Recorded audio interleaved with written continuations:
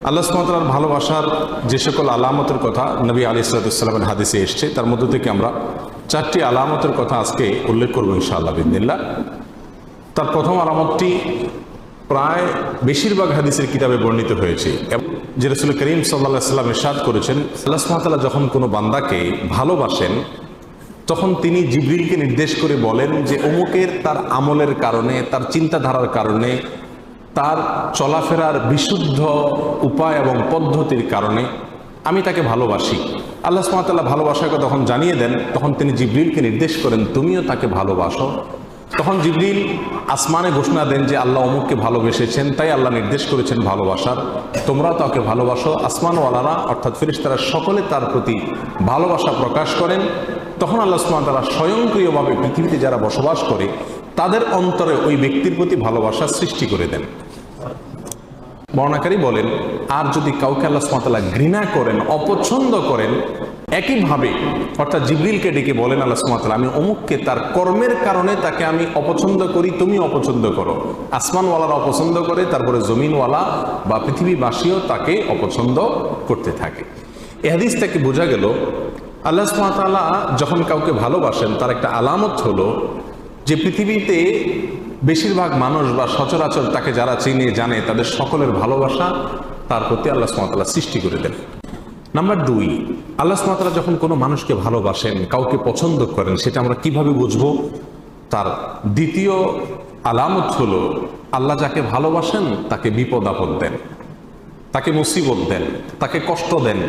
এটা হলো একটা আলামত যে আল্লাহ সুবহানাহু ওয়া তাআলা ওই লোকটাকে ভালোবাসেন।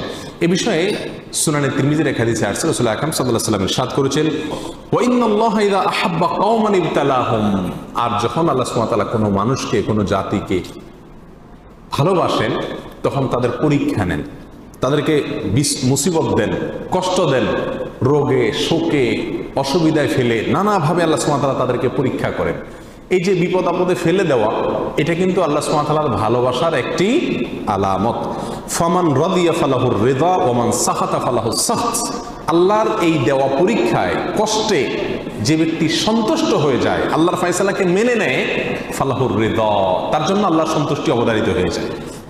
আর যে ব্যক্তি আল্লাহর এই ফয়সালায়, আল্লাহর এই কষ্ট দেওয়ায় সে অসন্তুষ্ট হয়ে যায়, আল্লাহর ফয়সালাকে মেনে নিতে পারে না, রিদা বিল কাদা, ইমানের গুরুত্বপূর্ণ একটা পয়েন্ট, এই বিষয়টি যে অর্জন করতে পারে না, বরং হাহুতাশ করে, অস্থির হয়ে যায়, গালমন্দ শুরু করে দেয়, আল্লাহর ফয়সালাকে সে অ্যাভয়েড করে, হ্যাঁ আল্লাহ আর লোক দেখে নেই, আমার উপরে সব বিপদ আসে, এই টাইপের কথাবার্তা বলে ফালাহুস সাখত, তখন ওই ব্যক্তির জন্য আল্লাহর পক্ষ থেকে অসন্তুষ্টি অবধারিত হয়ে যায়। আল্লাহ আমাদের মাফ করুন। আল্লাহ সুবহানাহু ওয়া তাআলা আমাদেরকে ভালোবাসেন, তার প্রমাণ হবে আল্লাহর পক্ষ থেকে আমাদের জীবনে ছোট বড় বিভিন্নভাবে পরীক্ষা নেওয়া। আমরা জানি কোরআনে কারিমে আল্লাহ তাআলা বিভিন্ন নবী রাসূলদের ঘটনা বলেছেন। এর ভিতরে সবচেয়ে বেশি কঠিন পরীক্ষা যার জীবনে আসছে তিনি কোন নবী ছিলেন? ইব্রাহিম আলাইহিস সালাম।